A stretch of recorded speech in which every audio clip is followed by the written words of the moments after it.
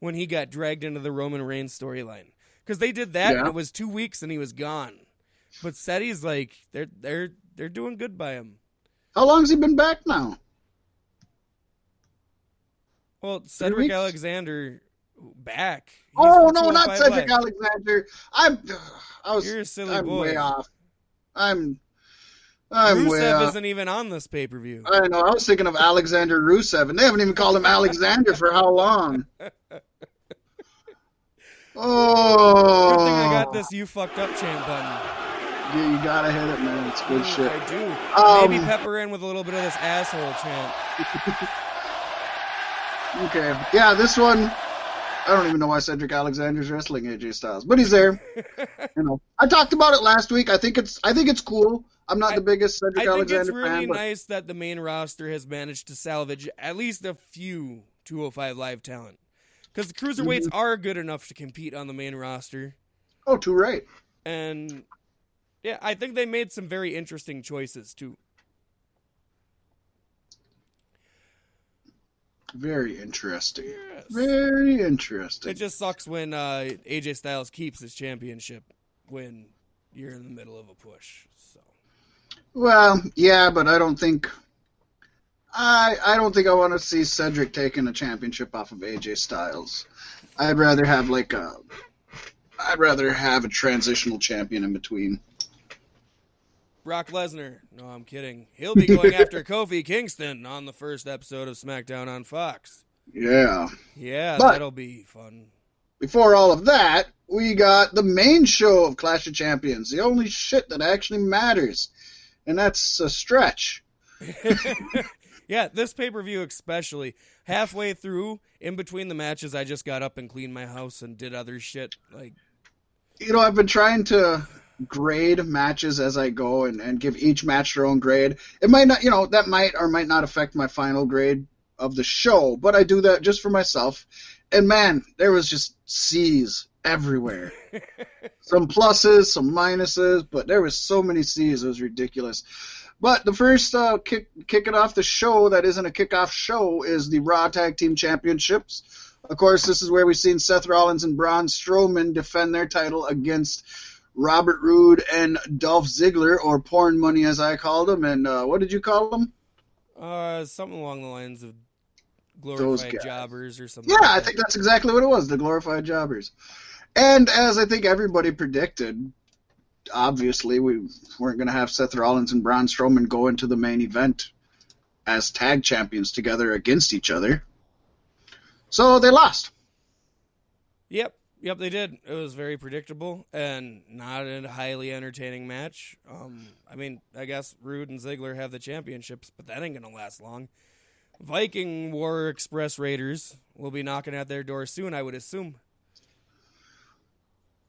Yeah, I still think this Robert Roode, Dolph Ziggler is just another one of those. Throw some people together because we got nothing to do with them until we can find something to do with them. Don't get me wrong, they could make it work. These two guys, hell yeah, they could. Because as soon as they get traction, Vince or whoever behind the scenes would pull the trigger and break them up. You know what I mean? Yeah. This is a team made to break up. Yeah, and to be fair, this wasn't a bad match. It was a solid match. This would be a good Roode and AJ Styles together. Possibly. They were all right together in Fortune. Mm-hmm. But Ric Flair could get in on that shiz too. Pad out his wife's pockets some more. This would have been a good main event on like a Raw or a SmackDown. You know what I mean? Yeah. It would have been fine. It was actually, I think, one of the better matches of the night, but still not saying it was that great. No. I do think that any tag team match that starts a pay-per-view needs to have either the Usos or the Revival in it. It hurts me to say it, but that's the truth. Right. Yeah, you need to kick it up. I do think obviously Roode and Ziggler should have won. And it helped generate heat for the title match at the end of the night. So that's good. Yeah. But the fans weren't into it. I don't think they're into this feud. I didn't like the fact that Braun just walked away. I don't know if it's enough to Seth, progress that he this. Didn't beat him down or anything. That's my biggest complaint. You were pissed that he lost your match and lost your tag team championships. Kick his ass and soften him up before the main event. Yeah. Yeah. Be a monster, you monster among men.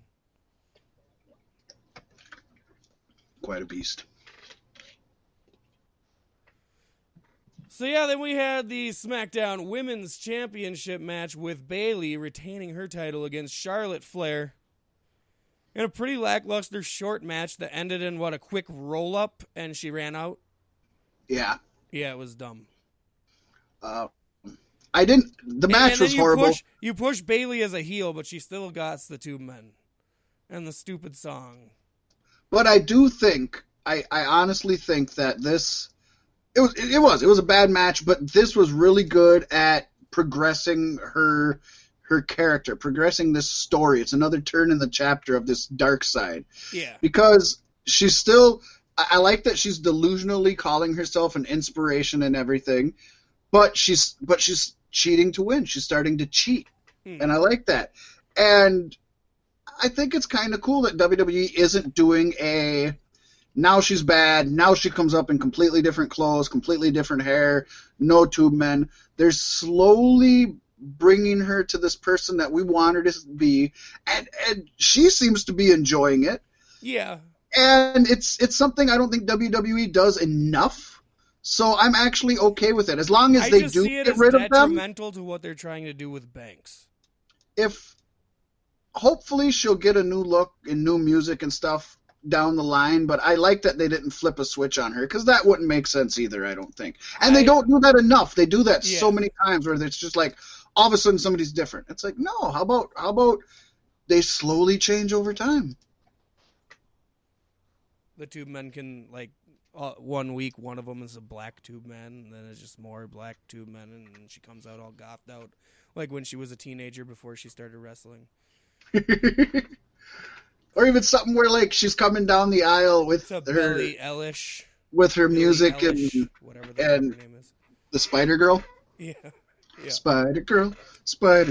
I wouldn't mind Bayley coming down the aisle to her music, tube men floating, and then just you hear the music slowly die down and get quiet, and you see the tube men start to deflate, and then her whole walk and everything changes partway down the ramp. That would be kind of cool. Yeah. Yep. I just, like I said, I just worry it's kind of detrimental to what they're doing with Banks. But I guess, like you said, to your chagrin, Sasha Banks, they pulled the trigger with her. It wasn't a slow change. She came out, she took off her purple hair and was a bad guy. Yeah, it was a legit, it's the exact opposite. But she's of what not a good bad with guy. I feel like Bayley's a better bad guy. But Banks really wants to be Eddie Guerrero. But she's got to understand Eddie wasn't a bad guy, no matter how many times he cheated to win. I don't know. I'm sorry. I'm getting off on a tangent here. Yes, you are. Could be another segment for a future week. Yes, it could. So let's get on into the next one. SmackDown Tag Team Championships. The Revival defeated the New Day to gain the SmackDown Tag Team Championships. Yeah. The New Day is no longer draped in gold. No. This one was a lot like the last one, where, especially between the Revival and the New Day, this wasn't much of an in-ring match at all, but it told pretty good story. Enough. I think I was kind of checked out on this match. Yeah. Yeah. I do have in my notes that maybe if I'd been watching the last few weeks, it would be better storytelling. But yeah, this just between Revival and New Day. The stuff that the Revival's been doing with Randy Orton against the New Day as a whole has been gold. I want to see more Revival with Orton. I like their partnership. I think it helps Orton. I like Orton bringing up two young guys. Yeah. And I think that it gives the Revival a reason for fans to want to see them on TV, because other than, your diehard guys that tune into NXT or AEW, the fans watching WWE aren't into Revival. They're just not. And so this helps them because this has an established star. But as we said last week also, putting people with Randy Orton rarely seems to get them over, so you got to worry. He might burn down your compound, guys. Watch out. Yeah. Yeah. Yeah, I don't got a lot to say about this one. No, me either. Like I said, I hardly even remembered it happened. Yes. So next we had the Women's Tag Team Championships, seeing Alexa Bliss and Nikki Cross defeating Fire and Desire. I never knew that was their name. That's Yes. kind of cool. Yes. It works. They stole it from Venus. It's not that. I'm your Venus, I'm your fire, your desire. They should come out to that song. They're not putting up money like that just for these two gals, all right? Let's just be honest. It ain't happening. It would probably ruin Sonya Deville anyway. She's but I got do some promise. I mean, these two have developed such good in-ring chemistry together, Deville and Rose. Mm. And I thought for a second there you were talking about Bliss and Cross. I was like, please God, no. but I think Rose and Deville should be the team to take the titles off them. But I don't think this was the place to do it. I think it's good that they lost. I think there's a lot of mileage left in this team.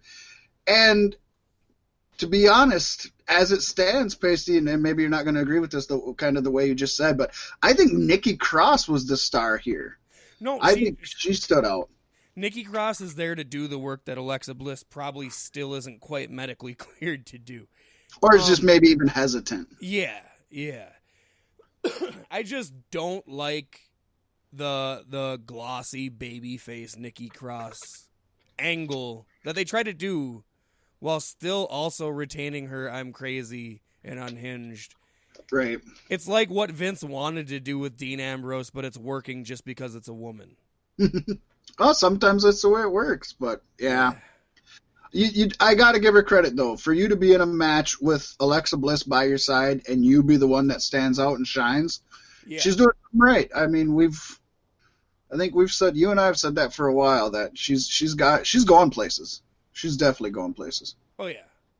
Yeah, no, and I'm just waiting for them to split and have the rivalry because that's where the money is. Oh, that's going to be so good. They're going to make us wait so fucking long. They already have made us wait too long, and they're going to make us wait so much longer. I don't know. Maybe it will maybe it will just make you want it all the more. They could get split in the draft. Send Cross back to NXT. That's fine with me. She's good there. Safety. So at this point, we're 3-1 with Fat Mac in the lead, which is an ongoing trend. As we get into our next match, the Intercontinental Championship match, where Shinsuke Nakamura defeated The Miz to retain his championship. I don't think I saw any of this match at all either, my friend. You had missed nothing. The Miz and Nakamura, when I was doing dishes. For two of the most charismatic people in WWE, they have no fucking chemistry together. This was very sad. Nothing ever clicked, and all of the heat came from Sami Zayn, who wasn't even in the match. Right.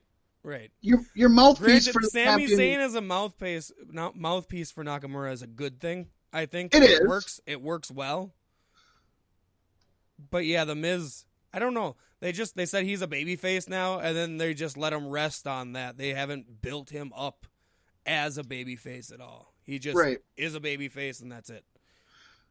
Well, to touch on, like you saying, him being the mouthpiece, it is good and all, but the mouthpiece should never be more over than the champion himself. They should never be in front of him. A good mouthpiece accentuates the champion. And I'm not saying this is Sammy's fault at all. Let's not overlook how much better this match would have been if it was Sammy and The Miz. Or even Sammy and Nakamura. Yeah. I mean, can you remember Sammy and Nakamura? Oh, yeah. They had such a fucking one of the best matches in NXT history. Yep. Those two had together. I think that was one of the first huge matches I saw in NXT. Oh, Sammy against either of them would have been much better than this match. But you would think Miz and Nakamura, they seem like that would be great together. But it wasn't. But then we go from something that wasn't great to something that was great, at least in my opinion. We seen the Raw Women's Championship. Sasha Banks defeated the champion Becky Lynch, but